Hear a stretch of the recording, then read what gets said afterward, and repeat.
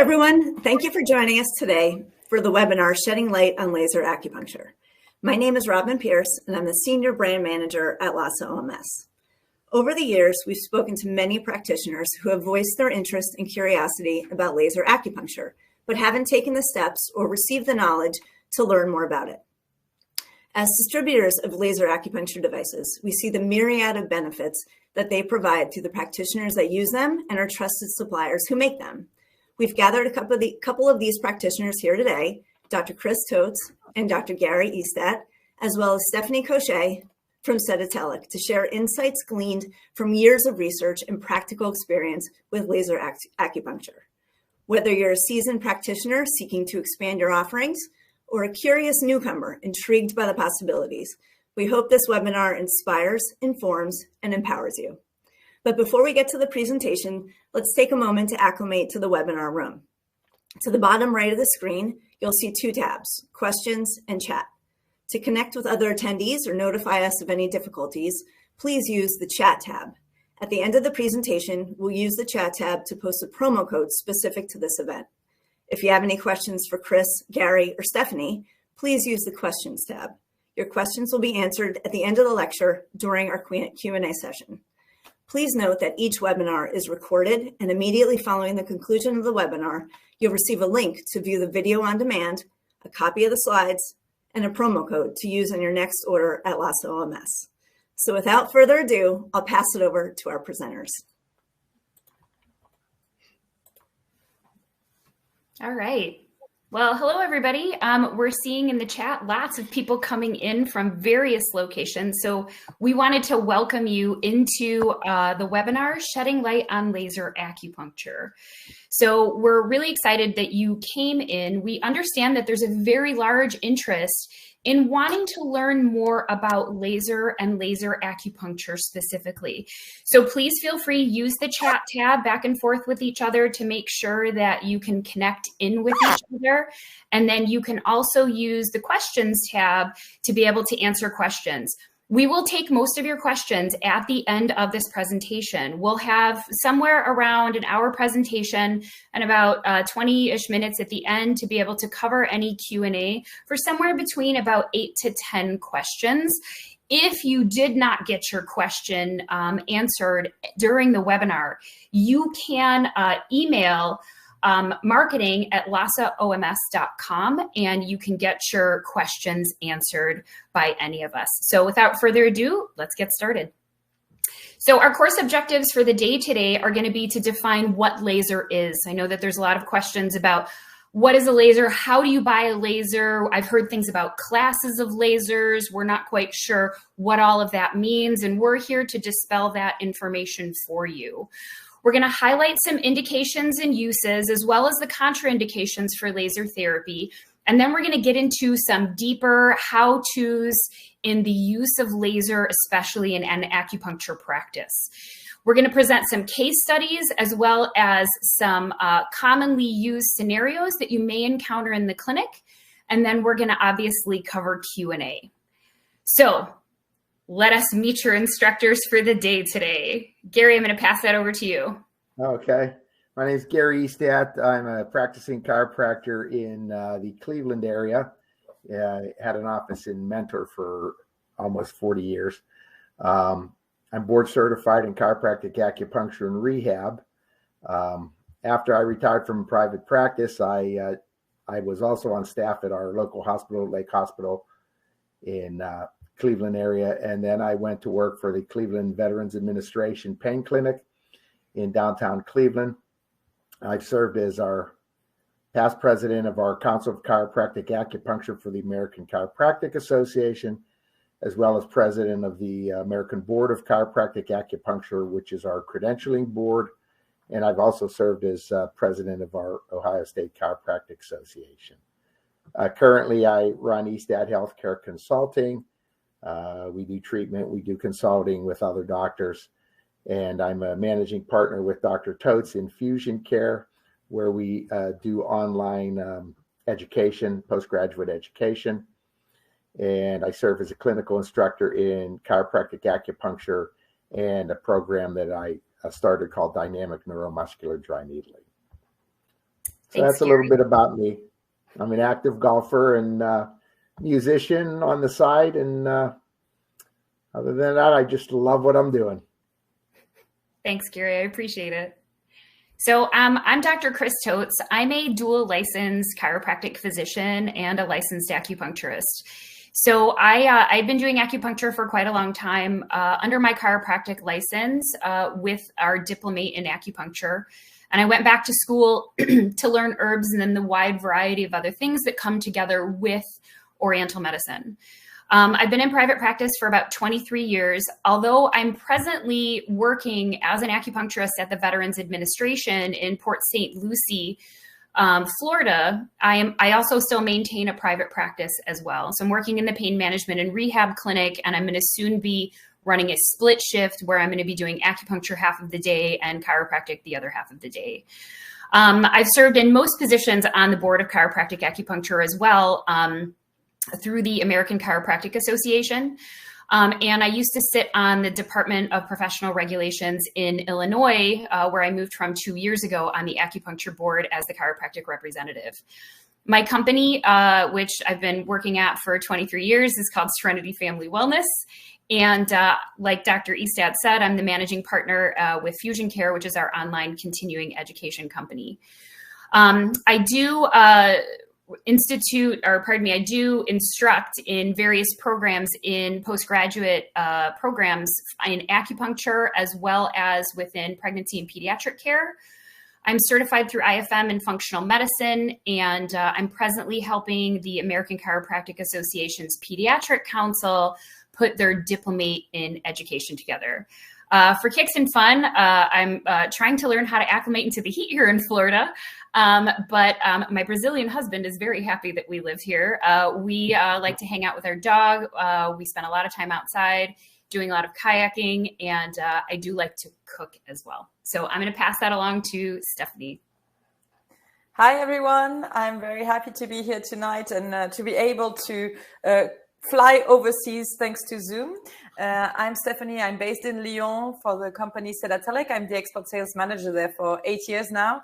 And I have the pleasure to meet maybe some of you I see in the chat. I know some of the names during the various shows that I have been attending in the States. I'm also happy to see that there are some other Europeans connected tonight. So it will be a pleasure for me to talk to you about more in detail the Premium 32V Evo laser that we carry, and to answer all your questions you might have as much as I can, according to my knowledge, on the very practical side also of how to apply it. So I'm very happy to be here. Thank you, Chris and Gary, for taking this show on the road. Thank you. Thank you. We're happy to have you, Stephanie. All right, so let's talk about, we want to run through our course objectives for where we kind of began. So first and foremost, we need to define like what is laser and what is laser therapy. So laser is an acronym. It actually stands for light amplification by stimulated emission of radiation. Okay, so what you're looking at in this diagram that you see on the right-hand sides of your slides is the various wavelengths. Some for us that's visible, obviously, and some for us that's not. The compressed light of wavelength from the cold part of an electromagnetic spectrum is going to run with where lasers operate, which is going to be somewhere between that UV spectrum, which you see in the bottom right-hand side of the slide on the left. So we go from UV into infrared. And with that, in the middle of that, you see the visible color spectrum. Okay, lasers can come in various wavelengths for how they come. We can get monochromatic wavelength, which is one single wavelength. So that's going to be a single color. You can get coherent, which is going to travel in a straight line. And then you're going to get polarized, which is going to concentrate the beam to a defined location or to a defined spot. Now, that spectrum is going to operate between 400 and 750 nanometers. That's where we get our laser color. So you can see that in the diagram at the bottom. So what's the benefit of using a laser versus traditional acupuncture? Well, I'm sure you've had patients come in that look at you and they're like, oh, needles. I mean, like my friend told me to come in for acupuncture and I've heard it works really well, but I don't know about needles, right?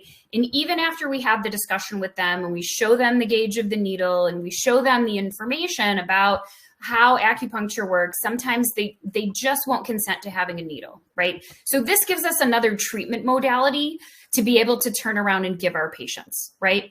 Laser as well is going to work really quickly and it lasts for a long time. So the patients are going to report sometimes where you need to get a patient's buy-in and you want that immediate sensation and feeling where we can get relief and a lasting relief from pain that sometimes might last maybe a little bit longer in that patient than needling might. Okay. The treatments are fast. So if you're working in a clinic where you have quicker patient turnover, or you have a patient that's like, hey, it's really great to be here, but you know, I've got to be out of here in 15 minutes and I need something done a little bit faster. Laser treatments can run you somewhere between 5 to 7 minutes. So this is something that you can do that's quicker. Patients usually feel really good. There's a soothing, warming sensation sometimes that you can feel with certain classes of lasers while the treatment is happening. So different than what we feel with like a TDP lamp or with moxibustion, the laser itself, some classes, right, we're going to feel some warming or some heat that comes together with that. So what happens on a physiological effect when we're looking at laser? Well, physiologically, we're going to get biostimulation. And what I mean by biostimulation is it's going to help improve metabolism and the metabolism deep within the cell itself. And it does that because what it does is it's going to improve vasodilation, right? So you get that warming and we're going to watch those vessels dilate to bring more blood flow into the area. Thus, it's going to turn around and improve circulation to the area that's being treated, as well as the surrounding area where the laser is applied. It's going to help increase ATP production deep within the mitochondria of the cell, which overall you guys should understand where your mitochondria are lying. And those are basically the batteries coming from your maternal DNA, right, that make our ATP within our cells. You do get an analgesic effect that comes together with laser therapy as well. So it's going to turn around and help kill pain. Both acute pain and chronic pain, okay? And we can get muscle relaxation as well as some generalized anti-inflammatory and anti-edema effects. So one of the things that I always liked my laser for is sometimes when you have a patient that comes in that has an edematous, like a limb, let's say they sprain their ankle or something along that line, you can literally do the laser application and while you're sitting there, watch the edema go down in that limb. And Gary, Stephanie, I'm sure that the two of you have seen this in practice as well, correct? Often. Very often. Yeah. And it's magic. I want to say like it's magical. Like I've seen magic happen with needles, but especially with edema, I've seen magic happen right in front of your face. So much so that sometimes the patients will turn around and they'll look at you and they're like, what did you just do that it's gone? Which is pretty cool. Okay, so we've got 3 physiological effects that we're going to notice from that photobiomodulation when we're using laser. Our 3 categories are going to be phytochemical, photothermal, and photomechanical. So what do I mean by that? Okay, so in your phytochemical, overall, what the catchphrase that you're looking at for that section is that it's going to increase the energy.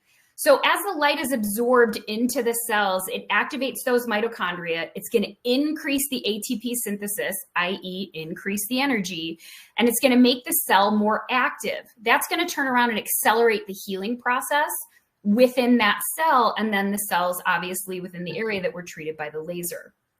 The photothermal obviously is going to improve the blood flow. We talked about the vasodilation that happens when we put a laser on in a specific area. And that biochemical reaction is going to speed up the mechanics within that tissue, okay? You can think of this a little bit if you want to give you an analogy to this. This is going to be a little yang energizing, or it's going to help improve chi or chi flow to the area, which obviously amplifies that photochemical effect.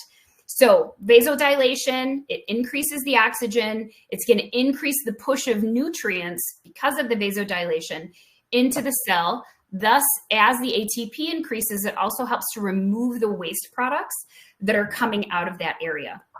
It's also going to decrease fluid viscosity, and it's going to help lower tissue rigidity, because if we're relaxing muscles, we're relaxing joint capsules and we're relaxing ligaments. If that tension releases, blood flow again is going to come into that area a little bit better. Our last section with your photomechanical, this is going to, catchphrase, relax the tissue, okay? That gentle heat that we get when we apply laser to an area is going to reverse cell destruction, and that puts the extracellular matrix into more motion. It's going to regulate cell growth through protein synthesis in the extracellular matrix, and it helps maintain tissue homeostasis, i.e. within the bones, within the muscles, and with the cartilage. And we all know that, you know, it's that soft imbibition into the cartilage that turns around and it gets the nutrition forced into the cartilage within a joint space, okay? All of this is going to optimize the immune response, the chemical nature within the blood, i.e. for anti-inflammatory purposes and for immunosuppressive effects.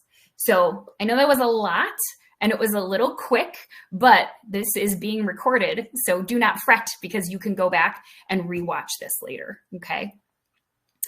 All right, so pictures. Many of us like to learn in pictures. So we were just talking about how laser works. Laser is going to stimulate our cells. When we apply that to the skin, it's going to stimulate into the cell, and it's going to stimulate the mitochondria to become more active and to make more ATP.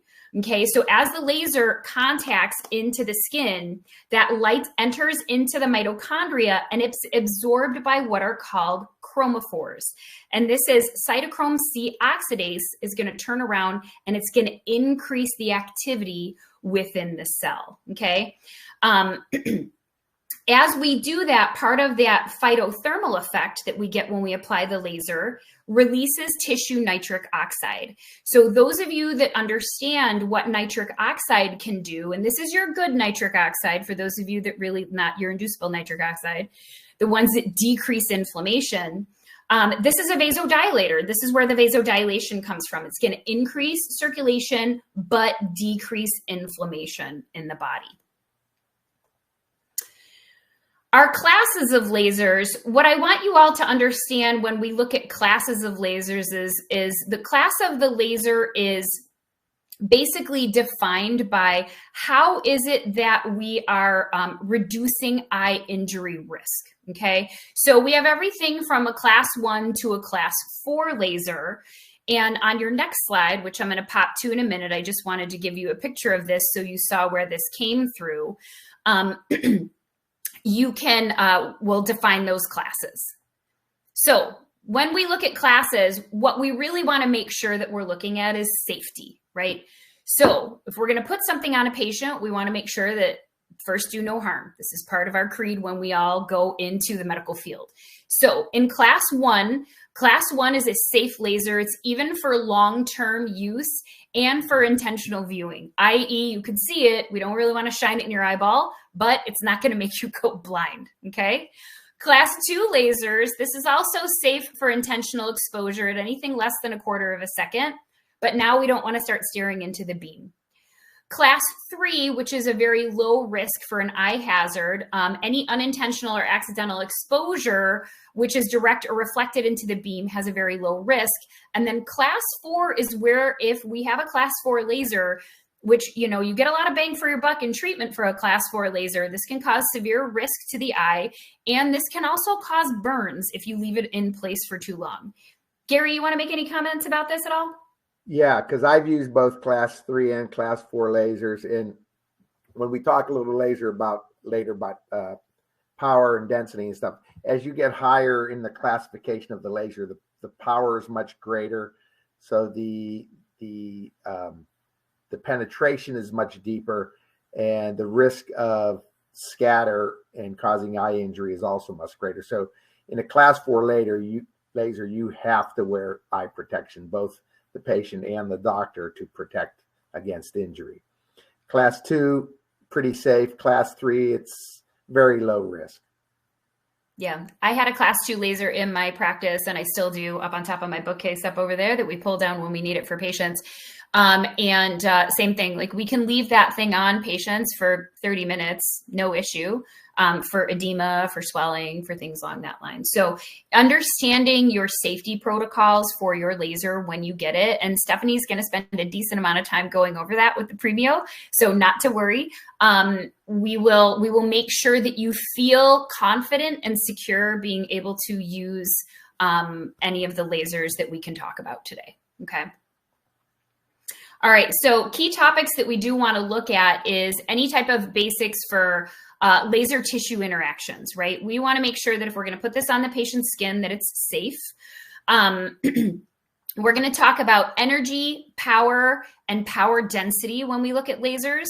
How do we dose them? And how are some of the, some lasers have pre-put together stimulation ratios in them? What's the dosing strategy behind how that was put together? And then looking at different wavelength, penetration, calculations, and consideration, okay? So looking at tissue and cellular response, laser has 2 effects on your tissue. There's a direct effect and there's an indirect effect. The direct effect is gonna be for absorption of photons, and the indirect effects that we're looking at is chemical, where we get interaction that gets emitted from the laser and the tissue. When we look at the magnitude of tissue reaction, we have to look at multiple factors that come together with that. We have to look at the output, which is measured in wavelength and in frequency. We need to look at the power density, the duration or the time of treatment, and what is the vascularity of that tissue where we're going to be applying the laser.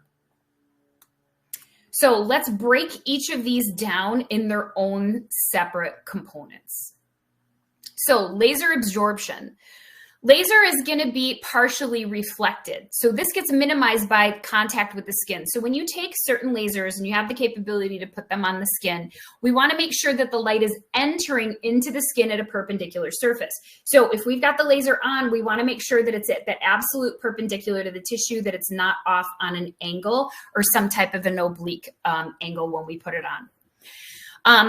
Lower wavelengths within a laser are going to absorb hemoglobin and melanin. And we're going to talk in a couple slides later about something called the Fitzpatrick scale, where you have to take a look at the coloration of someone's skin and how the light is going to be absorbed into their skin. Okay.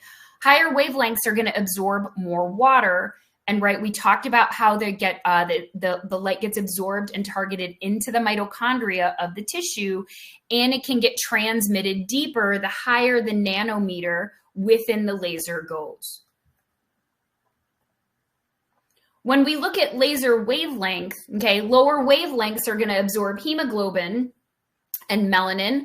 Higher is going to absorb more water. So if you were wondering about the biomechanics behind or the biochemical responses as to how laser actually works, this would be your slide where you're wondering where that is.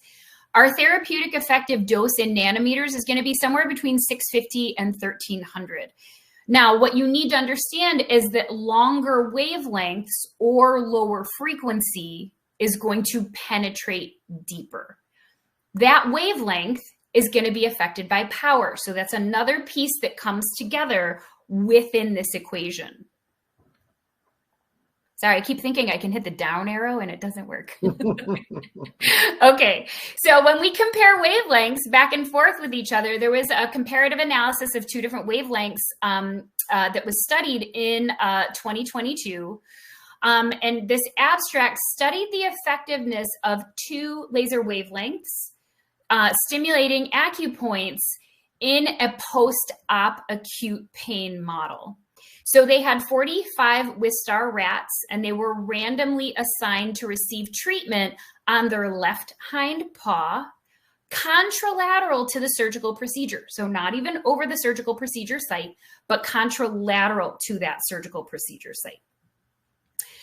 And what the methodology was used was they used 2 different kinds of coloration in the laser They used a green laser, which was operated at 532 nanometers, and they used a red laser at 660 nanometers.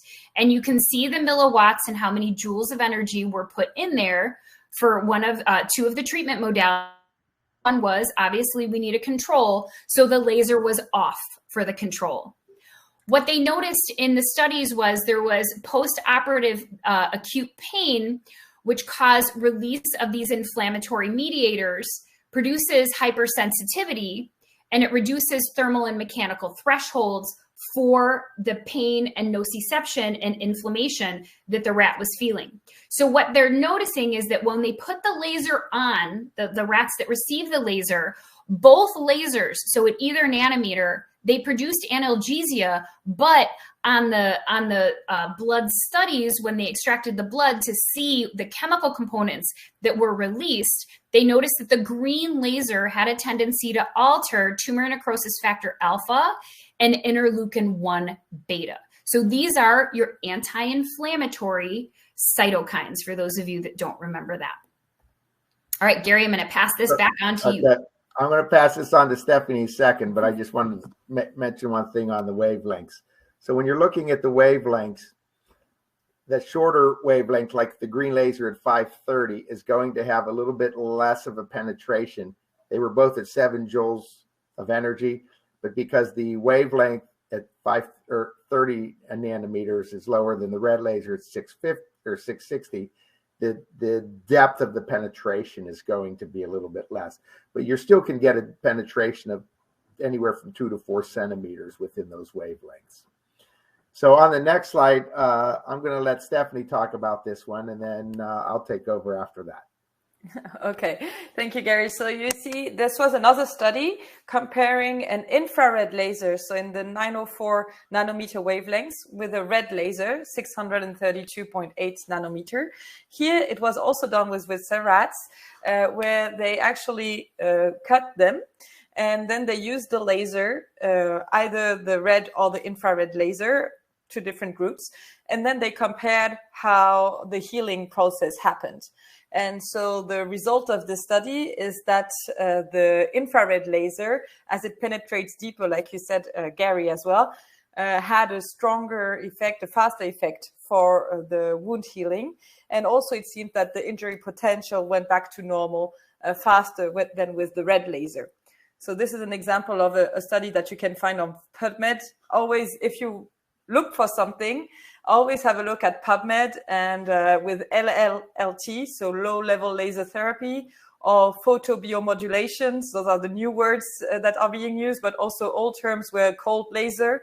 And you can type the injury you're looking for, and PBM or LLT, and you will find some examples of studies, I'm sure. Another study was done also with rats. So in that case, it was half of them were treated with the laser. The other half were not treated with laser. The rats, they crushed, they created an axonomesis. Sorry, I don't know how to say that in English, but they kind of crushed the peripheral nerve, and they used the laser on one of the groups. And then once they had euthanized them, they checked how the body was recovering.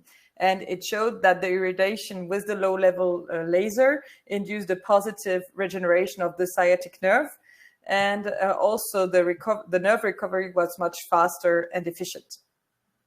So those are two examples of study to show you that even though you might not see the laser because it's infrared, in some cases, something is happening in the body. And Gary, I think it's up to you now. Okay. So we're going to talk a little bit about how you determine power in laser. One of the things I learned in practice, I'm kind of anal this way in that I don't use anything until I truly understand it before I start using it. Because I've had a lot of salespeople over the years tell me things, and I've had a lot of doctors promoting things that weren't necessarily factual. Give you a good example. I was in a conference, and the doctor was doing a program on laser, and the material he was presenting was excellent. But then came the break, and we went out into the out of the conference room into the gathering area. And he's at the laser table talking about the laser, and he starts doing laser treatment on one of the doctors through the doctor's blue jeans. Well, we already said it's light, and light is going to be affected by color. So he was using about 10% of what the power of what the laser should be able to emit, because it was being deflected by the color of the clothing. So the more we understand about laser, the easier it is to compare lasers. And that's one of the things I like about this laser that Stephanie has. So when we look at laser power, more power just means that there's more photons. It doesn't mean they are more energetic. There's just more of them. And the power is created by the amount of energy over a period of time. And we measure that in watts. So that's really the way that energy is delivered. So to make it simple, 1 watt produces 1 joule of energy every second. And a joule is the energy unit internationally. So energy, which is joules, is power in wattage or milliwattage over time. So for an example, a 1/10 of a watt laser, which is a class 3 laser, delivers 1/10 of a joule every second. So at 60 seconds, you would deliver 6 joules. So your 60 seconds times 1/10 equals 6 joules. A 1/2 a watt laser delivers 1/2 of a joule every second. So at 60 seconds, it would produce 30 joules. So you see the difference in the strength of the laser over the time produces the energy. And if you use the comparison like a class 4 laser, it would generate 60 joules per minute because it's generating 1 watt per second.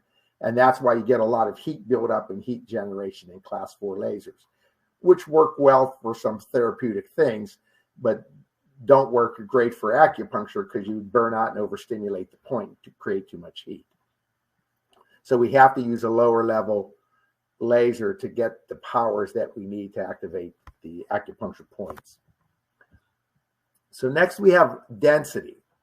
And laser density is defined by fluence, which is the power of the laser divided by the beam area. And the beam area is defined in watts per centimeter squared. So what that means is that when you put the laser down into an area, the smaller the area, the more concentrated the beam is going to be because the beam area is smaller. But if you go over a larger area, it's going to dissipate that energy. So you need a longer time to treat that to get that down into the density of the tissue. Fortunately, in acupuncture, when we're treating acupuncture points, we're not treating a large area. We're treating a very small defined area. So we don't need a ton of power to stimulate the acupuncture point. In fact, too much power would overstimulate it and create more problems than it would help.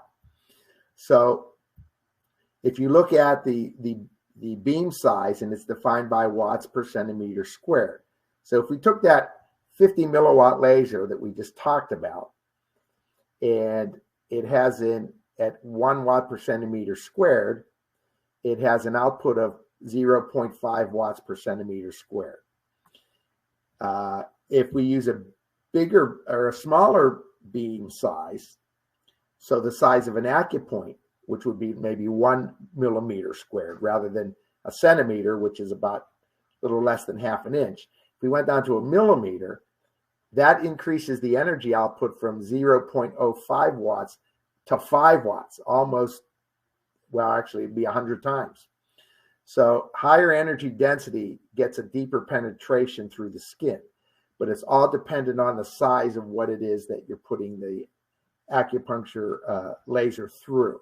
So the smaller the area that you're going, the less strength you need to still be able to develop more power, which is important in acupuncture. So the density of laser, what's the density of the tissue where the laser is going to be placed? So we have to look at, we're going to stick an laser acupuncture on a patient. What's the tissue that we're going through? And that's affected by several factors. What's the body type? what are we treating? Are we going through scar tissue, or are we going through supple tissue? Are they, do they have any underlying health conditions? Because diabetes, things like that may affect clinically how it will affect them clinically. Certain medications like antibiotics are photosensitive, so they get stimulated much easier. And then pigmentation, the patient's skin color, is very important because dark skin absorbs more light energy than light skin does. And we know that light wavelengths in the area of 650 to 900 nanometers have a good penetration through skin, because and then the lower wavelengths get absorbed by the melanin and the hemoglobin. So let's talk about skin coloration and pigmentation. Chris, you want to take this slide? Sure. Yeah. Sorry. It's like slightly distracted there. I'm trying as much as I can for all of you to answer questions as we can go within the chat so that you can get your questions answered. Not in the chat, pardon me, in the questions feature. Don't ask your questions in the chat. I'm not looking in there. All right. So how we determine depth for penetration within skin coloration is in something called the Fitzpatrick scale. So the Fitzpatrick scale runs between type 1 through type 6, okay? So in your type 1 person, this is your very pale person. They're gonna have very fair skin. You're gonna find that their skin burns easily. They don't tan. These are the people that go out in the sun, they turn red, they peel, and they come back and they look kind of like me. They usually have lighter blonde hair, or their hair can be kind of reddish in color. As we get into, as Gary said, the darker your skin pigmentation is, so when we start to move up toward a type 6, deeper skin tone, these people that usually don't burn and they tan pretty quickly, they're going to absorb more light energy. So although African-American skin, or very dark colored skin, absorbs that light, I don't want you to somehow get confused about that with, like, oh, let's say vitamin D synthesis within their skin, right? They're going to absorb more light energy because the laser at the nanometers that it's coming in at affects the melanin, right? You remember those slides that we covered earlier. People with darker skin have a lot more melanin. So obviously they're going to absorb a lot more light energy. Okay, Gary, I'll hand that back to you. Thank you. So next we look at laser dosage. And in laser dosaging, the dose is the amount of energy delivered to the treatment area. So the dose is the energy, and it's measured in joules per centimeter squared. And when we document the dosage, we document the total number of joules that we've used, and the treatment area size is what in a medical record would be documented for like a class 4 laser, a larger area that we're treating. In acupuncture, you would document the acupoint and the dosage, which I'll give you an example of in just a minute. Just touching back on something earlier. So when you're thinking about laser and you're thinking about dosing and you're thinking about the photobiomodulation that occurs in laser, to me, an easy way to think about it is we have that photochemical effect. And we talked about photochemical effect increases your energy. Well, think about energy. Energy is movement, and movement is chi. So when you are increasing the photochemical production through laser, you're actually increasing the movement of chi. The second part of that was there was a photothermal effect. And that photothermal effect, they said it increased blood flow. Well, what's the other thing we want to move in acupuncture? We want to move chi, and we want to move blood. So both of those effects occur with laser acupuncture. We're moving chi, we're moving blood due to the photobiomodulation effects. And then the third was the photomechanical, which I always look at that as I'm basically helping heal the body to return it to a state of homeostasis. So in an easy nutshell, that's what the photobiomodulation does. It moves chi, it moves blood, and it promotes homeostasis. Is the easy nutshell way to explain that to a patient on what we're doing with laser acupuncture. So when we get into parameters for usage, always remember with the patient, you need to take a medical history and a proper documentation so that you establish a proper diagnosis. Things like diabetes, things like their medications may alter the clinical efficacy of using laser. So any medication that might be photosensitive, you need to document that in the record. You need to notate what the pigmentation of the skin is for the patient and understand that darker pigmentation, they're going to absorb more.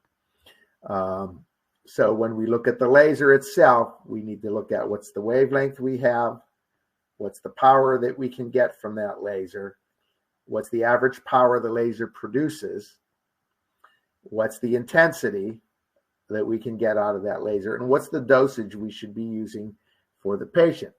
Fortunately, in acupuncture, the dosing levels are within a pretty tight framework of what you need to do. So there's not a lot of thought process like you would need in a class 4 laser to treat a larger body area. So what are some of the advantages of using laser versus needle acupuncture? Well, it's non-thermal. Like I said, class 4 lasers produce a lot of heat and actually can burn a patient if you leave it in place. You don't have that effect with low-level laser therapy, which makes it a preferred modality for geriatric and pediatric populations. As Chris mentioned earlier, people that have needle phobias, people that have a lot of comorbidities and maybe can't handle a lot of needling well, and patients that have other complication risks. The other advantages are it's non-invasive, it's pain-free. There are fewer side effects with it. We don't have to worry about things like pneumothorax and those other things. As we stated earlier, the session time is much quicker. You're looking at 10 to 60 seconds per site rather than 10 to 30 minutes of retention time for traditional needles. The anti-inflammatory effect is similar to NSAIDs, non-steroidal anti-inflammatory drugs. And low-level laser therapy in the studies has really been shown to influence peripheral nerve and central nervous system activity. And the cellular effects of the laser alters gene expression, as well as enhancing cell growth. It benefits healing of wounds, nerve regeneration, as well as helps with reduction of inflammation. I looked at a couple of studies specifically on laser acupuncture that were pretty interesting. There was a study on stimulation with laser of large intestine 4 and stomach 36 with a 780 nanometer laser, and they found that they were able to reduce pain signals into tooth pulp, similar to the electroacupuncture that we do traditionally, producing analgesia for dental work. Laser acupuncture of bladder 67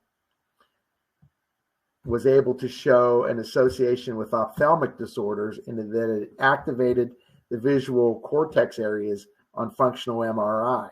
Whereas when they did the same thing and they did a sham acupuncture procedure and did not use any laser light, they did not get that same therapeutic effect.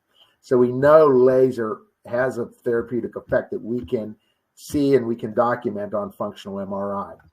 We're starting to really see that in a lot more studies around the world. And I'm starting to read a lot of research right now on it in the use of scalp acupuncture, which I think is going to be a big future for laser. Another study that I thought was very interesting was they took 50 patients that had diabetes and resulting carpal tunnel syndrome as a result of the diabetes that was anywhere from mild to moderate in nature. They used infrared laser, 20 milliwatt at a dosage of 4.8 joules. They compared it to ultrasound over the wrist. They did the point, pericardium 6, and they stimulated. It showed marked pain reduction. They were able to reduce the pain on the visual analog scale 4.5 points out of the 10-point scale. That's very significant.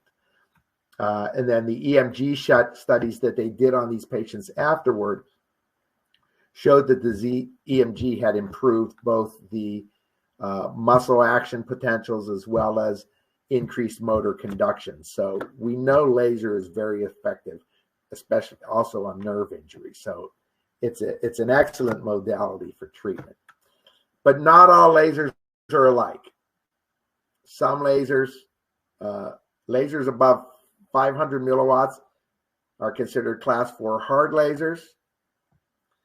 Lasers from anywhere from 5 to 400 milliwatts are considered class B soft lasers, but not all class 3 lasers are the same.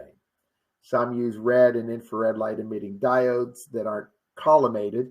You want collimation with laser, because when you don't collimate it, it scatters the light at the superficial skin layers, which limits energy penetration. That's why you need a collimated light. So we don't use LED devices. That's why we use actual laser when we treat these patients.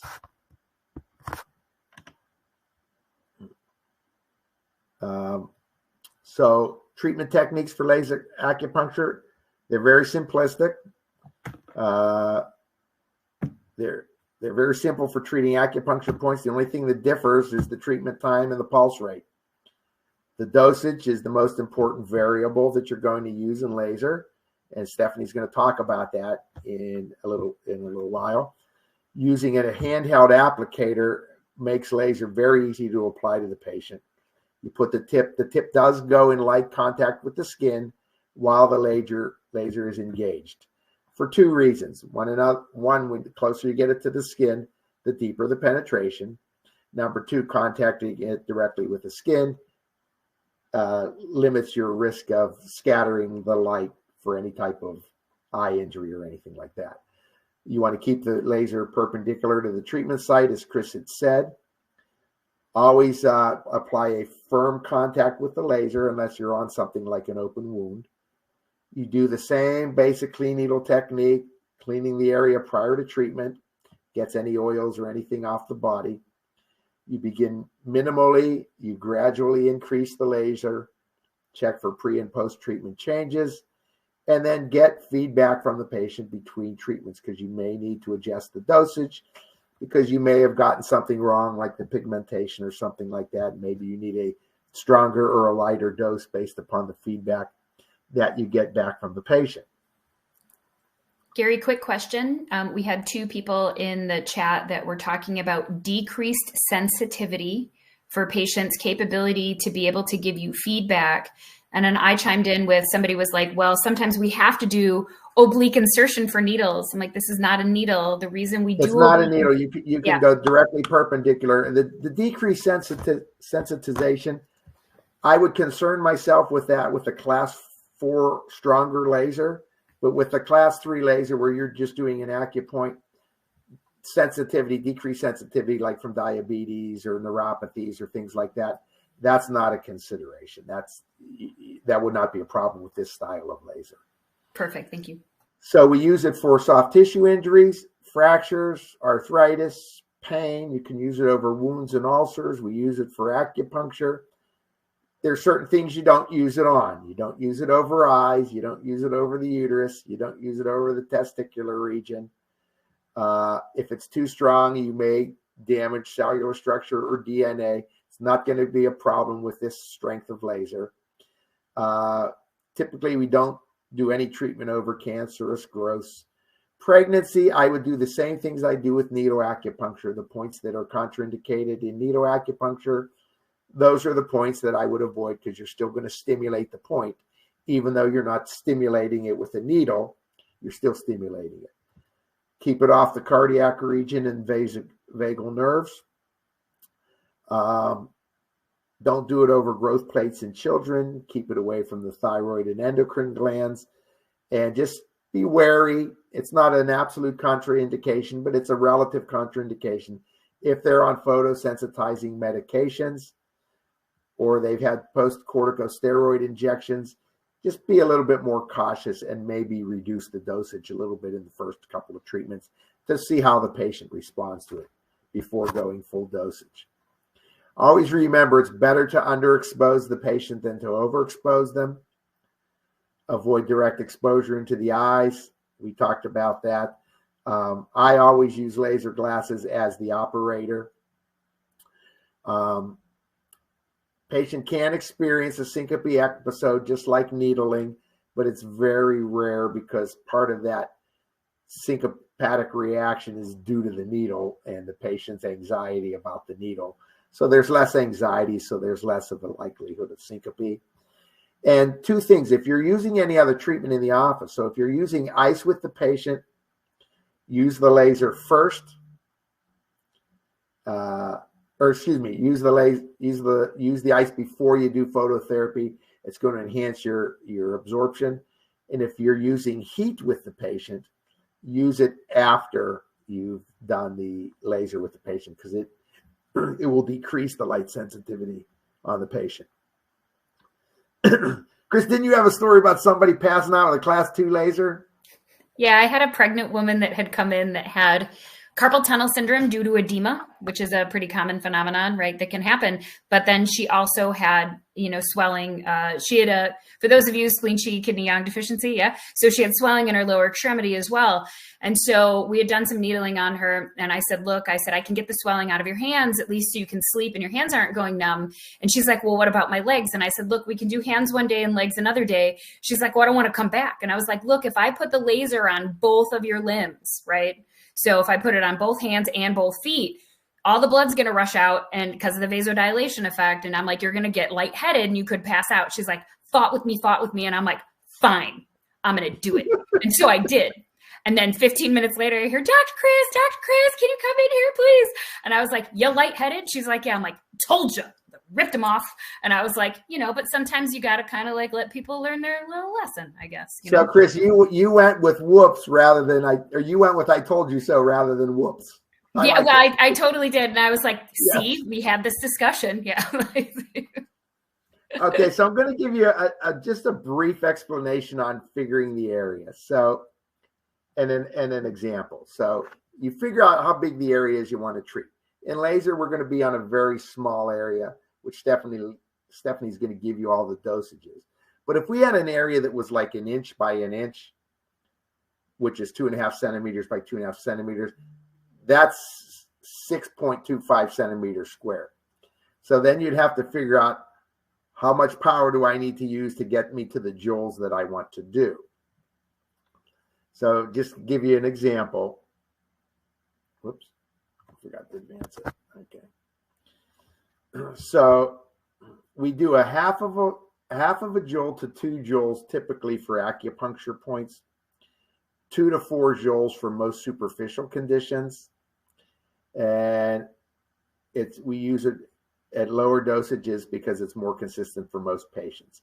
We use higher joules for deep tissue conditions depending on patient size and what you're treating.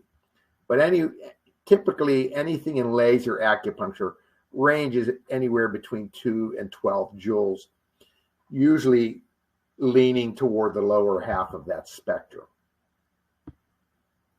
So here's an example. So if I wanted to dose a region on the patient, and I'm going to do a 1 inch by 1 inch area, I would need, and I used 4 joules per centimeter squared. To that area, I would need 25.8 joules. So if I used a 1/2 watt laser, it would take me 60 seconds. If I had a 1/10 of a watt laser, it would take me 5 minutes, because it's 5 times longer than the 60 seconds, because it's 1/5 the strength of the 0.5 watt laser. So if you're looking at an area now that we're going to treat a 1/2 inch by a 1/2 inch, which is a little closer to an acupuncture point, still a little bigger, you would need at a dose of 4 joules per centimeter squared at 6.45 joules. It would give you 6.5 joules. So the time you would need would be 5 seconds on a 5 watt laser and about 10 seconds on a 0.1 watt laser. So you don't need a lot of time to do acupoints on a patient. So dosing depends on the patient's body type, what they're in with, what's their skin color, because it's going to affect the wavelength, what's their dosage, and you want to be anywhere between 2 and 4 joules for superficial, 4 to 12 for deep. And the way we do that is figure out what's the dosage, what's the area that we're going to treat. And the nice thing about Stephanie's unit is it's already got that all calculated in there.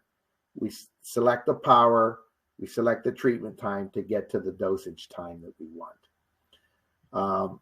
So it's very, very little bit confusing, but if you understand your math and how you get your numbers, it makes sense. But there's got to be an easier way than doing all this math and figuring it out. Stephanie has it. So Stephanie, I'm going to let you take over and explain how you dosage and what you do with your particular laser. Thank you, Gary. Thank you, Chris. So indeed, what we wanted with Gary and Chris was to explain to you the panel of what exists in terms of laser out there, so that you have the idea of the different information you might want to compare. Now, tonight, I'm going to talk to you more in detail about the Premier 32V Evo that's available in the US from LASA OMS, of course. Thank you for organizing, LASA, this webinar. So you will have a promo code to go with it after the event if you're interested in purchasing the laser. First of all, remember, Chris and Gary told you have to look at the wavelengths of the laser, because depending on the wavelengths, you will penetrate deeper or not. Like infrared laser, you will penetrate deeper because you're less absorbed by melanin. So you can already, with the 905 nanometers that we carry on the Premier 32V Evo, a bit forget about the Fitzpatrick scale, because it will not really have a big impact. The color of the skin will not have a big impact on the tool. The second thing was the intensity, the power. So we are working with a 100-watt laser, but it's a class 3B. So you say, but Gary just said something about 500 milliwatt maximum class 3B. Yes, because it's the peak power. Indeed, it's 100 watt, but very short pulses of 80 nanoseconds. So what we want to do is we are sending bursts of very strong pulses so that you don't get the habituation effect of a continuous stimulation. On the slide, you can see there are 4 types of stimulation generally on the market. You have the continuous emission, which is basically, those red pointers that you use to show something on the slide, on the screen. As long as you press on it, you see the red light. Okay, that's what we call continuous. Then you have what we call modulated, but what generally is called continuous as well on the market, which is a continuous emission, but working generally half the time because there is a frequency. So they are adding a frequency stimulation in it.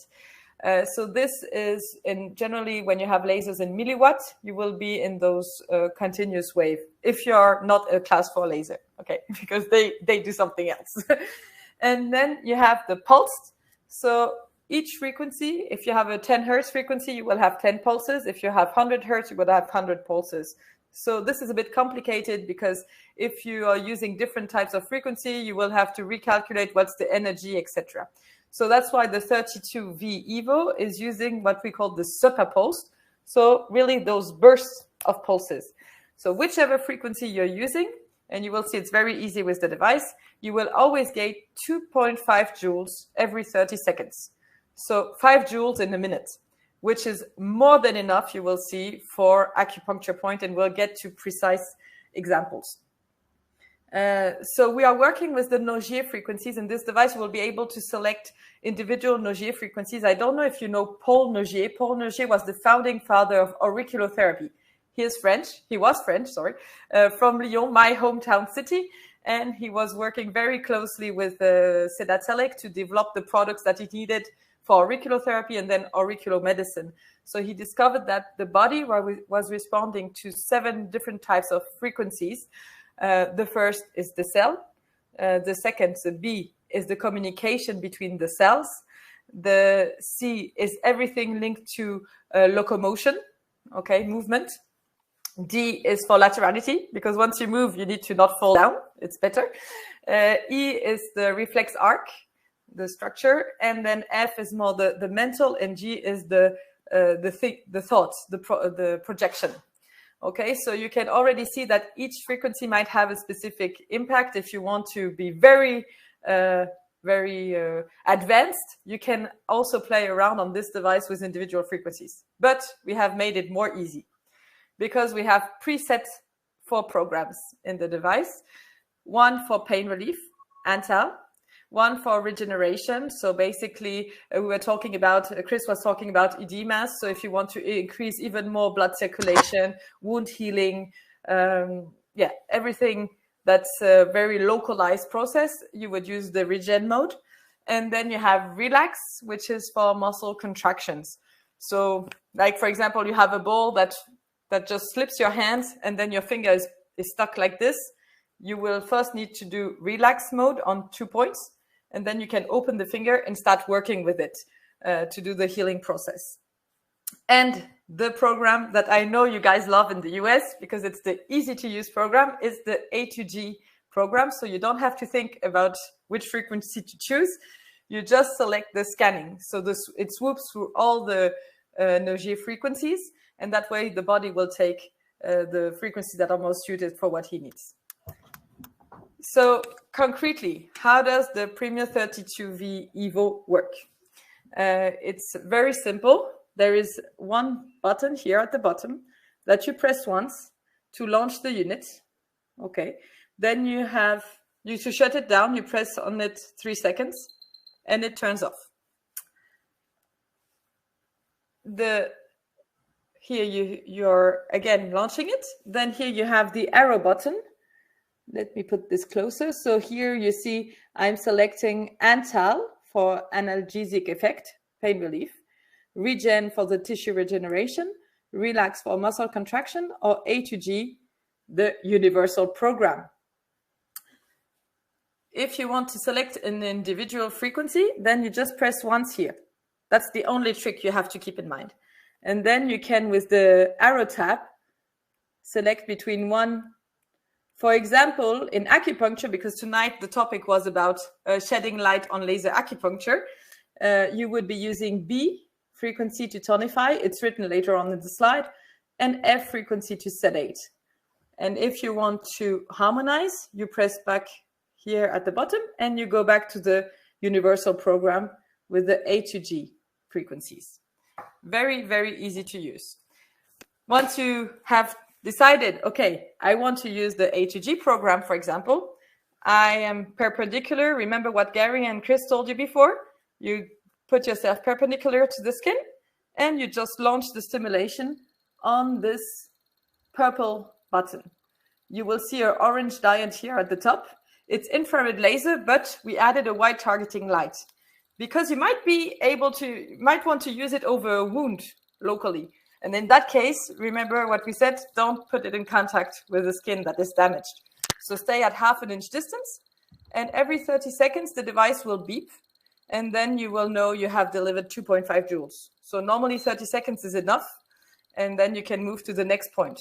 So basically you do in acupuncture, it's 1 point, it's easy, the point where you would put normally the needle, and for wounds, it's 1 point every 1/2 inch. Or for scars, there was a question as well I saw on scars. If you have a scar, you will use it. Let me try and show you. You would use it like a zigzag. Okay, if this is a scar, then I would use it tack, tack, every side, every time it's beeping.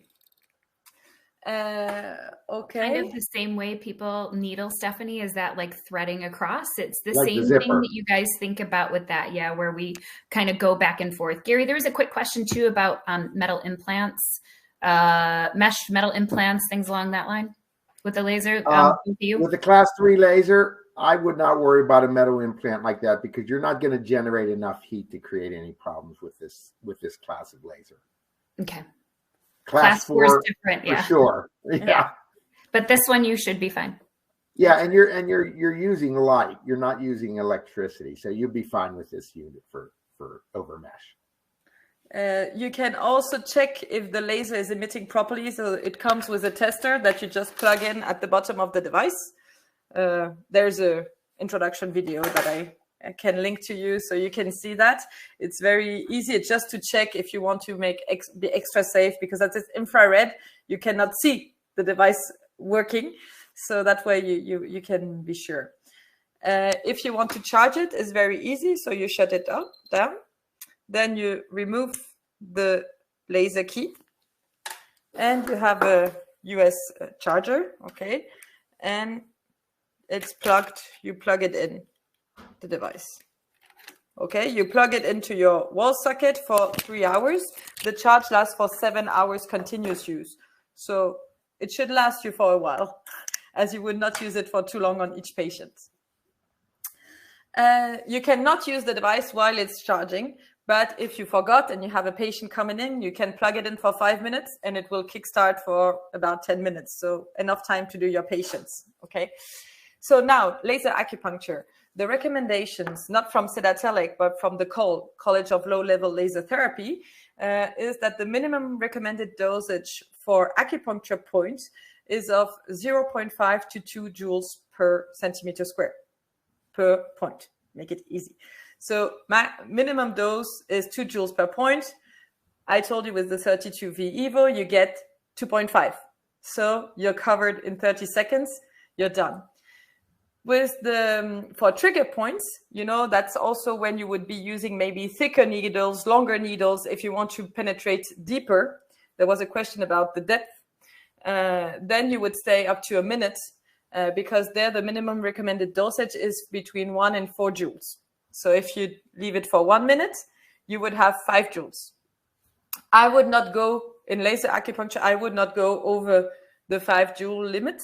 As there is also the Arndt and Scholz law that clearly states that between 1 and 4 joules is the best window of reaction of the cells. And over 10 joules, that's where you might have a reverse effect in the sense of having no effect. Okay, so, but that's for laser acupuncture.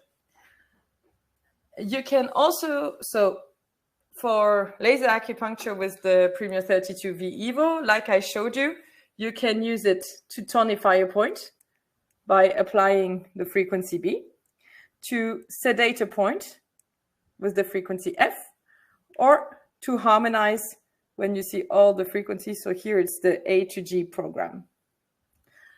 Okay, generally 30 seconds per point, except if it's a trigger point where you want to go 4 inch deep, then you'll stay a minute on there. For auriculotherapy, I saw that someone was asking a question about ear. Yes, it can be used for ear stimulation. So there are 2 schools there. There are the ones, from what I have seen, that are using it more for addiction therapy, like quit smoking. They would be using it without the cap, so just like it is, with the A to G program on the auricular points they wish to stimulate for 30 seconds. Then there are the ones who know French auriculotherapy and Nogier, and they would not want to put that much energy on the point because they are more about giving a small push to the organism, and then they would add this cap. So it's very easy to add. You just press it on the device, and then it reduces the power. So you are at 0.8 joules, which is enough for an ear point, actually. Is that clear so far? Mm-hmm. Okay. So the same for ear points, 30 seconds. And if you're treating children, then it's the same. You would, you can, so if it's very young babies, then you might want to use it with the cap because you don't need that much power. If it's already 6-7 years old, then you can use it without the cap. Okay. Some people I know like to use the cap as well for scalp acupuncture, just to be extra safe for them. You can also use this device for local laser therapy. And here I put the recommendation of the World Association for Laser Therapy, the WOLT, American. So it's from your guys. And so they generally recommend between 1 and 4 joules per point.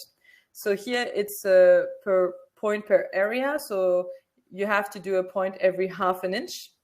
And so generally a good rule of thumb is to, if you have a wound, you would first do pain relief and then you would do the regeneration. After a couple of days, when you see the patient again, maybe the pain is gone, it's just the regeneration that needs to be healed, then you would just do the regeneration for 30 seconds. So you see, you would bring 2.5 joules or 5 joules in the beginning to increase the speed of recovery. I'll give you some, here you have a nice picture of my foot when I fell down. So I did direct treatment on myself. It was easy to look. And so in this case, you imagine I did not put the laser in contact with the skin. So I was at half an inch distance, and I was just working around and around the wound, and 1 point every half an inch, 30 seconds per point. The first day it was very, very painful. And I did the pain relief first, and then I did the regen.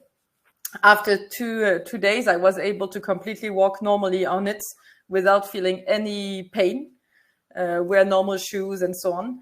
So it's really impressive how fast the healing goes with laser. You can also use the laser. This is another example of somebody who nearly cut off completely his fingers with the laser, on a plaster wall rail. So he started using the laser after 10 days. And now you can see after 15 days of laser stimulation, how it has already improved. What's very interesting with laser stimulation for wound healing is that the scars do not stick. So you don't get this adhesive effect of the scarring. So it's really nice healing, and from the bottom up of the wound. So I don't know, Gary, if you also experience that in your everyday clinic, but I really feel like the scarring is much better. Oh, it works great for wounds, yeah. Yeah. So yeah, here I've put an example of tendinitis or muscle spasm. You will get the slide, so I'm not going to dwell on it. And the Premier 32 V Evo comes in a case. So it's a very easy carry-on case. In the US, it's considered as a veterinary unit because it has a lot of success for animals. The great thing about animals is that they cannot lie. So when you start using it on the animals, you see how they immediately relax. Mainly, I saw it on laser acupuncture, where they replaced the needles because the dog was moving around, not wanting to get the needles. And then they started doing points with the laser, and the dog just turned around on itself and lied down and looked at us like, oh, I'm all relaxed now. Do whatever you want to me. So this is really, really interesting to see with animal how fast the recovery is, because they don't have this impression in their brain that this cannot work. So they are very much more open to the idea. Yes, so if you are interested in the Premier 32V Evo, you can get it from LASA OMS. There is a special promo code for you guys. I know you have been waiting for the code. So it's laser 224. So 224, laser 224. And it will give you a 15% off on the LASA OMS website. So do not hesitate to enjoy this benefit. I saw somebody asking about additional training. This tool is super easy to use. So there is not a real need of a training, because in acupuncture, how you use it is basically you replace the needles that you would put normally and use the laser for 30 seconds. If you don't know which program to use, you just use the A to G universal program for 30 seconds and you're set. So it's super easy. But if you want to have an onboarding session with me, I can always do a Zoom call and I'll be more than happy to guide you on your first step. But I think it's really just go ahead, try it. And it's so easy that people sometimes are afraid to use the first time. But just go ahead and you will see the good results that you will get. So I think we can go over to the Q&A, Chris. Yeah, I've been trying to answer a lot of your questions as you're kind of rolling in. Now, a lot of people are asking about specific treatments, like how about trigeminal neuralgia or hair loss or stenosis, or look, there's articles that are published. We gave you a few and we pulled them, but don't hesitate to go to scholar.google.com, go to PubMed. you can find a lot of, I literally looked up 2 people when we were kind of running earlier, had asked specifically about, can I use it on bladder 67 on a pregnant woman for a breech baby? And I said, look, in my initial query, I found no articles. However, welcome to your new research paper, right? So you could, I haven't seen anything. And if anyone else on here has any information, by all means. I haven't used it. I've used moxa. I've needled. I've done direct moxa on different areas of the body as well with some pretty good success, but I think it's definitely worth a try. And the one study I alluded to was on bladder 67, but it dealt more with the visual cortex of the brain. Right, exactly. Yeah, not so much specific for turning a breech baby, but yeah, it's definitely worth a try. Stephanie, people are asking for your contact information. I don't know if you want to pop that in the chat. But yes, the code is laser224 for those of you. Yes, you are all correct. It is laser224. And the only other thing that kind of came up as a common thing, especially from an indication or contraindication. So we looked at, Stephanie, we looked at your toe. If I had a Premio, we'd use my finger right now. Yay for the mandolin. And I've used my laser on diabetic ulcers. As long as we can ensure that there's no active infection in the site, we should be able to use it. Anyone else have any information specific about that? I've used it. I had a woman who raised birds and her parrot took off the tip of her nose, and I used laser on it and it cleared up within like a week. It was amazing. Right. Yeah. And especially in areas that are hypovascular, like the ear, Right. It's great. Like I've used mine for people that have had piercings gone wrong, you know, regardless of where that piercing is. And someone else asked me about using the laser for ED. I did find some research on that. It is alluded to in the questions. More for ED. They had said something directly about the penis. I didn't actually look at the entire research article to see what points were being stimulated or if the penis itself was being stimulated. But there is some research articles, and it's from 2023 in andrology. So that's sure you have a third party in the room for that one. Bingo. Yeah, that could be a small. Yeah, that could be a small like, issue. Ethical issue. And I know I've been doing a lot of research reading because I'm looking at scalp acupuncture and the treatment of mental health disorders, and they're doing a lot of laser on scalp in Europe right now. Yeah. And so I think it's going to be a growing field here in the United States. And the more you use it, the more comfortable you become with it, the more you reach for it. That's been my in my practice. That's what I found it. Yeah. The more familiar you become with something, the more you use it. And then you start finding, well, worked for this, let's try for this. And then you start finding that your scope of practice really opens up on the things you're able to treat. Exactly. And it's mental health and TBI, right? So a lot of people were asking about TBI. There's actually a decent amount of laser information on TBI treatment. So Correct. That's there for sure. The one other thing that people have been asking a lot of questions about is in my state, and they've listed off a couple different states, can I use this? You have to check your state scope for what you have. This is beyond the capability. We don't know everybody's country or state scope as to if you have the capability to do that. Now, I will say as a practitioner in Illinois, no issue, acupuncture or chiropractic. As a practitioner in Florida, acupuncture and chiropractic, also no issue. However, you have to go through a 1-hour training class on laser safety and have a safety manual that you purchase in your office. So every state's scope is a little bit different. Gary, what about yours for Ohio? Well, I could tell you Ohio is wide open. You can do pretty much anything you want. Now, I just taught in Texas, and I was teaching TMJ work, and I do a combination of acupuncture on the facial points, as well as I go in and sweep the lateral pterygoid with my finger to release it. And the doctors looked at me and they're like, we're not allowed to stick fingers in an orifice, even the mouth. And I'm like, what? And they're like, yeah, we can't do that in Texas.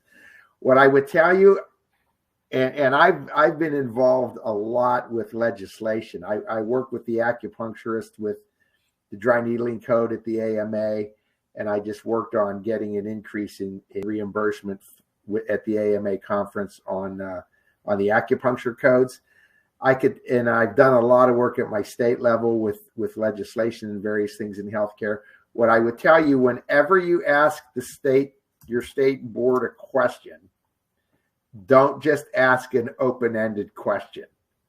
Ask the question in the way that you want to get the answer that you want when you ask the board, because all they're doing is making an interpretation. And the more information you can give them to defend your position of what it is that you want, you have a much more likely effect of getting the answer you want from the state board. Because they're not there to punish you. But a lot of times they don't understand. And if you can provide them information and give them some understanding, you usually get a pretty favorable answer. So if you have a question on your state, ask the question in the manner that's going to give you the answer you want. And Robin, how long is, people are asking, how long is the code valid?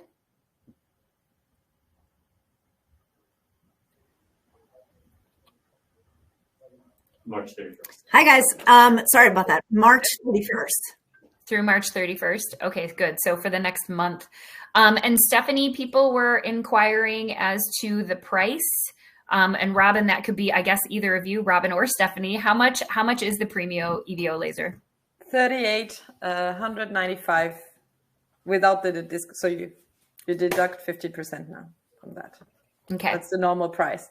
I can put the link from the LASA webpage in the chat for you guys. That'd be awesome. Thank you. I have had a few questions. I didn't say, so you have a 2-year warranty on the device. We have been manufacturing laser units for over 40 years. Cert was launched in 1978. We are very famous for the quality of our products and the long-lasting effects. Maybe you know the ASP needles, the semi-permanent needles that are used a lot in the US for the battlefield acupuncture. So if you have any trouble with your laser, you just contact LASA. They send it back to us. We repair it. We can repair it for 10 years at least after we stop producing this type of laser. So this one is quite new because before we had the non-EVO version for 10 years, and now we are in the EVO. So you're at least good for another 20 years if you go with that device. No worries. Perfect. And people were asking too, Stephanie, about third-party testing for the laser. So we have feedbacks from a practitioner. I see that there's Javier in the chat as well, who was saying hi, and he has been using it on cancer patients. So we have a lot of testimonial cards and experiences, feedback. We don't have double-blind studies, to be very, very frank with you. But our lasers have been on the market, like I said, with the Nogier frequencies since 1981. So we have a lot of case studies and feedback from that. Awesome. Perfect. As like any other big questions that we've got, I'm kind of like running through some quick questions in the chat. Gary, Stephanie, if you guys want to answer some of the other stuff that was in the chat. The other question was, you had said that Javier was using this, Stephanie, for cancer treatment. Somebody had asked earlier about how could we use this for someone that has had their prostate removed? And I said, it depends. Is there Mets? And what are we looking at in terms of cancer removal? Like, you know, we always have this discussion about acupuncture and making sure that we're not guaranteeing a cure, and that, you know, yes, we can be supportive for end of life care if this is for a patient that we're just trying to make comfortable for end of life care. But I will say that I always want to make sure that I'm in conjunction with their oncologist and their surgeon to make sure that we are that they don't have active Mets that they're treating right now, because I don't personally feel comfortable stimulating someone in an area that has active Mets. That's my personal standpoint. Gary, Stephanie, anything? Yeah, I often treat patients who have cancer. I just don't treat the cancer area, because in acupuncture, you know, what I'm trying to do is I'm trying to increase their their homeostatic function. I'm trying to increase their energy, but I don't want to go into that area and stimulate tissue that's abnormal. Awesome. That's generally to this date. People are very careful. I saw somebody asking about skin cancer and so on. So for now, we would say you do not apply the laser on a cancer area. I join Gary. I know now they are starting to do studies showing that laser is not developing cancer cells, but the official statement is not to use it on the cancer area. Well, but you can use it for side effects. Right. Yeah. And side effects or to stimulate meridian. Right. And that's what we're doing when you're working in the hospital setting anyway, when you're treating cancer patients. But if it's an active cancer area, you don't want to put anything in there that's going to increase circulation and whether it's a needle or a light or a heat source, I probably would not do directly over cancer site. Right. And this is where we're saying, like, Stephanie Van Oor had said something in here, like, she gave a specific case, and this is a perfect example of good communication with the surgeon and with the patient. So if this is where, when we're treating complex conditions, and I think this is important regardless of our field, right? If you're a DO, MD, DC, or an acupuncturist, right? And we're needling and we're using laser, right? We want to make sure that we have solid communication back and forth with the interdisciplinary team that's working on this patient's condition. So if it is an issue with cancer, right, where, we got a 45-year-old male, grade 3, 310, the oncologist said they got it all, everything's good, brilliant, go for it, right? But if we're waiting on a report for Mets and maybe the patient's talking to you like they're starting to get radiation treatment and they're getting kidney yin deficient, yes, go treat kidney 6, go treat the other areas, go treat PC6 if they're nauseous, right? Go turn around. You could use the laser, you could use your needles on those other areas. That's completely acceptable. I would add as well, last time I was in the US, I had an acupuncturist who said, I would like to try the laser on a patient with Ehlers-Danlos syndrome, where he would normally be doing a bit of kind of dry needling, because she has always a lot of pain and the muscles are getting very tight and cramped. And so he wanted to do one side with the needle and one side with the laser. But after 2 points, the lady was saying, no, I just want the laser because I noticed it's so effective. Give me the laser. And we did the whole session with the laser. Mm-hmm. And she was really amazed because it was less painful for her than the stiff needling that she was getting. And she had immediate relief of the tension, and it lasted a long time. So she was very, very pleased with that treatment. And she was like, maybe I should get it for myself until I can start doing it on it. So you can really replace the needles. I see that there's a question about books on laser acupuncture. LASA is also offering on Net of Knowledge. There is a course done by Dr. Raman Kapoor, Indian acupuncturist, with the Premier 32 Evo. And he's explaining how he's using it in laser acupuncture. So it's a 4x 1 hour course. So it's a 4-part course. If you're interested, it's available on LASA. The device comes with a book explaining more in details on the first half of the book, the technology behind laser. So you will hear a lot about the photons and so on. And the second part is what you can do, for which things you can use the laser for. There's a question about different color. Does the unit have different colors? No, we are working. So just to be very clear, Gary said it before with the polarization, laser light is not a color lamp. So you have one wavelength. You have polarized photons that go in the same direction, coherent photons. And so if you want to have different wavelengths in one tool, then you would need to have different laser diodes inside the same tool. So that's generally bigger devices. Also much more expensive devices that you will have to play with. And the main question is, what do you want to do? Here tonight, the topic was laser acupuncture.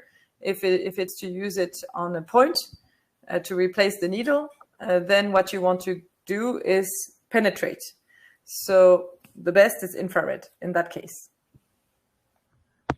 Perfect. And I think we're pretty close to time here. So Robin, you want to hop back in and wrap stuff up? Gary, do you have something else you wanted to say? Yeah. So somebody asked a question about to use it for pain. How often would you use it? My recommendation would be whatever your protocol is that you do with traditional needling, I would start with that protocol and then just alter the protocol based upon the feedback you're getting from the patient. You may find that you don't need to treat them as often. You may need to treat them a little more frequently up front, but may not need as much follow-up with the patient. Just kind of gauge it by what you're getting from the patient because everybody's different. All right. Thank you so much, Chris, Gary, and Stephanie. And thank you all for joining us today. If we happen to miss any questions, feel free to reach out to us at marketing@lasaoms.com and be on the lookout for an email with a promo code, which is laser224 for reference, and a link to view the slides. Thank you again for joining us, and we look forward to seeing you at the next webinar. Thank you. Thanks for having us. Thank you. Bye. Bye-bye.